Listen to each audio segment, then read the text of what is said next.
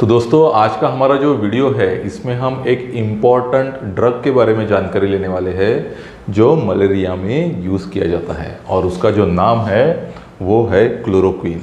तो दोस्तों आज का जो वीडियो है ये बहुत ही इम्पॉर्टेंट है, इसे आप आखिर तक ज़रूर देखिए क्योंकि ये वीडियो के एंड में मैं इसके यूजेस बताने वाला हूँ और मलेरिया में इसका डोज क्या है और उसे कैसे दिया जाता है ये मैं आखिर में बताने वाला हूँ। तो दोस्तों ये वीडियो आखिर तक ज़रूर देखिए और ये चैनल पे अगर आप पहली बार आए हैं तो इसे ज़रूर सब्सक्राइब कर लीजिए। तो दोस्तों चलिए हम आज का टॉपिक शुरू करते हैं। तो क्लोरोक्विन क्या है? तो क्लोरोक्विन जो है ये एक सिंथेटिक ड्रग है, मतलब इसे आर्टिफिशियली बनाया जाता है और इसे originally as an anti malarial agent ही डेवलप किया गया था। मलेरिया के अगेंस्ट काम करने के लिए ही इसे बनाया गया था।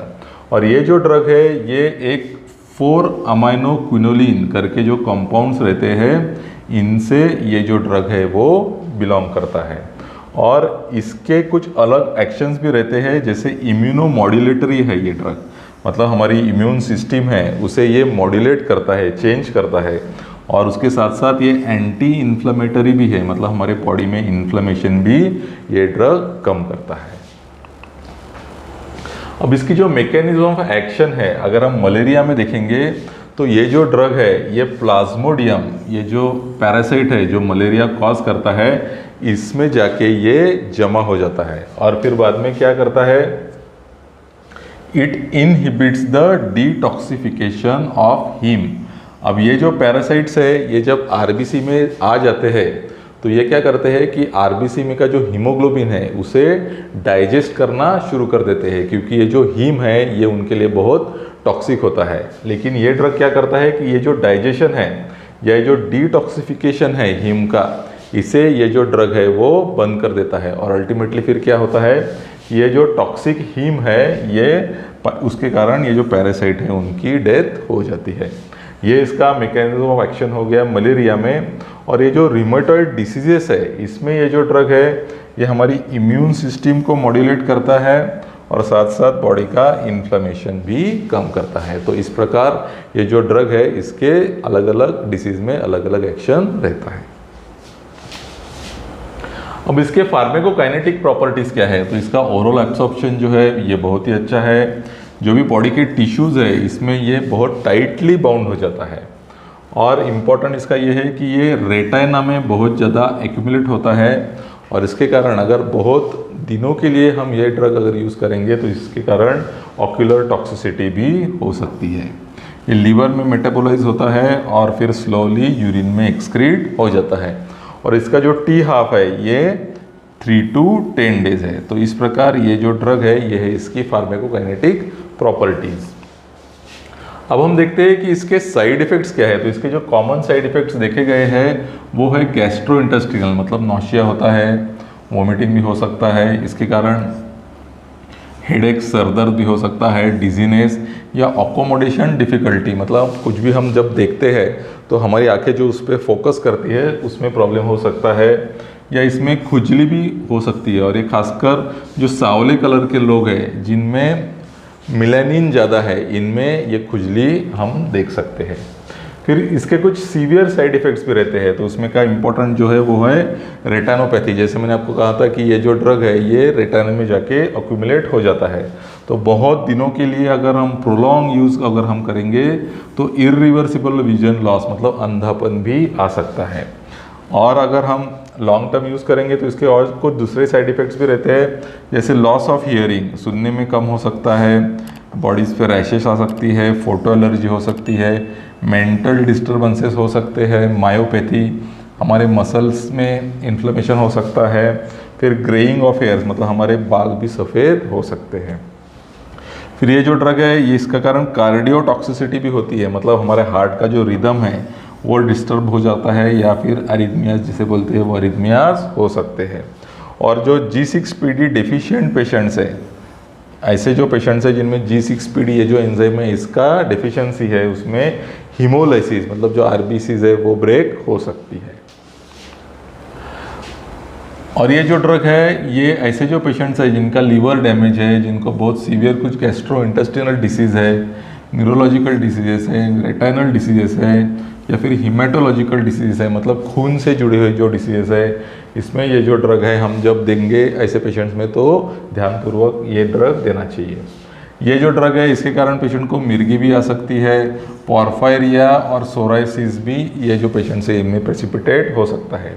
और जो एंटी एरिथमिक ड्रग्स है अमाइडोरॉन वगैरह, इनके ये जो ड्रग्स है इनके साथ ये जो ड्रग है ये हमें अवॉइड करना चाहिए। अब ये जो ड्रग है ये मार्केट में अवेलेबल कैसे रहता है?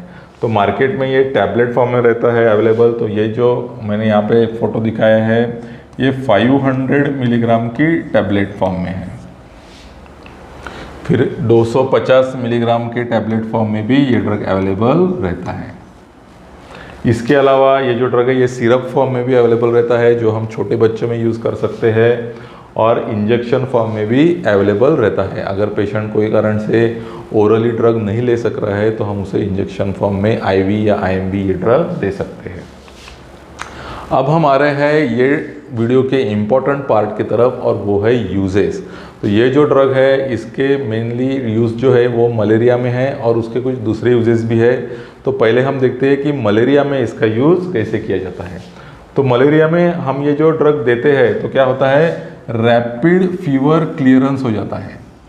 अब ये जो मलेरिया के जो पेशेंट्स हैं इनमें फीवर क्यों आता है? क्योंकि जो आरबीसीज है वो रप्चर होती है। अब ये ड्रग क्या करता है कि आरबीसी के अंदर जो प्लाज्मोडियम के पैरासाइट्स है उसे ये ड्रग ख़त्म करता है। इसलिए जो फीवर है पेशेंट का या बुखार है मलेरिया के पेशेंट का वो तुरंत कम होना शुरू हो जाता है। अब जो प्लाज्मोडियम के अलग अलग जो स्पीसीज़ है उसमें ओवेल, मलेरी और प्लाज्मोडियम वाइवैक्स के ऐसे प्लाज्मोडियम वाइवैक्स जो इसको सेंसिटिव है, मतलब ये 3 में ही ये ड्रग हम यूज़ कर सकते हैं। और जो प्लाज्मोडियम फाल्सीपैरम है इसमें ये ड्रग का कुछ भी उपयोग नहीं है, क्योंकि अब इसमें रेजिस्टेंस डेवलप हो चुका है। तो अब हम देखते हैं कि जब हम पेशेंट को टैबलेट देंगे तो उसके डोजेस कैसे है। तो ये बहुत ही इंपॉर्टेंट है, इसे आप ध्यान से देखिए। तो सबसे पहले हमें क्या है देना है, हमें पेशेंट को 600 मिलीग्राम बेस देना है। अब बेस का मतलब ये है कि अब ये जो क्लोरोक्विन है ये अलग अलग सॉल्ट फॉर्म्स में अवेलेबल रहता है। क्लोरोक्विन फॉस्फेट, क्लोरोक्विन हाइड्रोक्लोराइड, ऐसे अलग अलग फॉर्म में ये ड्रग आ सकता है। तो उसमें एक्चुअल क्लोरोक्विन कितना है उसे कहते हैं बेस, तो वो उसका डोज है। तो 600 मिलीग्राम हमें उसे बेस स्टैट देना है। फिर 300 मिलीग्राम देना है उसे 6 घंटे के बाद, फिर और 300 मिलीग्राम देना है उसे 24 आवर्स के बाद, और फिर और 300 मिलीग्राम देना है हमें उसे 48 आवर्स के बाद। तो अभी अच्छे से समझने के लिए ये टैबलेट का फ़ोटो देखिए, इसमें सब पूरा लिखा हुआ है। अब ये जो टैबलेट है ये है 500 मिलीग्राम की। ये जो टैबलेट है एक टैबलेट वो है 500 मिलीग्राम की, और उसमें बेस कितना है एक्चुअल क्लोरोक्विन का, वो है 300 मिलीग्राम। तो पहले हमें क्या करना है कि ये दोनों टैबलेट एक साथ देनी है, मतलब 300 प्लस 300, मतलब पेशेंट को हमें 600 मिलीग्राम बेस हमने पेशेंट को स्टैट दे दिया। फिर उसके बाद आफ्टर 6 आवर्स एक टैबलेट मतलब 300 मिलीग्राम बेस, फिर after 24 hours of first dose फिर से एक टैबलेट मतलब 300 मिलीग्राम, और after 48 hours of first dose फिर से एक टैबलेट मतलब 300 मिलीग्राम। तो इस प्रकार ये जो ओरल डोज है ये हमें पेशेंट को देना है। अगर कोई कारण से पेशेंट ओरली नहीं ले सकता है तो हम उसे ड्रग आईवी भी दे सकते हैं। तो उसका जो डोज है तो सबसे पहले हमें पेशेंट को पहले 5 मिलीग्राम पर केजी देना है ओवर 3 आवर्स। 3 घंटे में हमें उसका जो वेट है उसके हिसाब से 5 मिलीग्राम पर केजी ये डोज उसे हमें 3 घंटे में देना है। और फिर एवरी 8 आवर्स हर 8 घंटे के बाद ये 5 मिलीग्राम पर केजी हम पेशेंट को रिपीट करेंगे। कब तक? जब तक टोटल डोज 25 मिलीग्राम पर केजी नहीं हो जाता। तो ये है उसका आईवी डोज। उसके बाद में हम पेशेंट को आईएम भी दे सकते हैं। तो उसका जो डोज है वो है 2.5 मिलीग्राम पर केजी एवरी 4 आवर्स, और ये भी हमें टोटल डोज देना है 25 मिलीग्राम पर केजी। तो इस प्रकार मलेरिया के पेशेंट्स में हम ये क्लोरोक्विन देते हैं। अब मलेरिया के अलावा इसके कुछ दूसरे यूजेस भी है, वो ऐसे है कि एक्स्ट्रा इंटेस्टिनल अमेबियासिस में हम इसे यूज़ करते हैं। रूमेटॉइड आर्थराइटिस में भी हम इसे यूज़ कर सकते हैं, डिस्कॉइड ल्यूपस इरिथोमेटोसिस में भी हम इसे यूज़ कर सकते हैं, lepra reaction, photogenic reaction, infectious mononucleosis. तो ऐसे अलग अलग इसके दूसरे यूजेस है।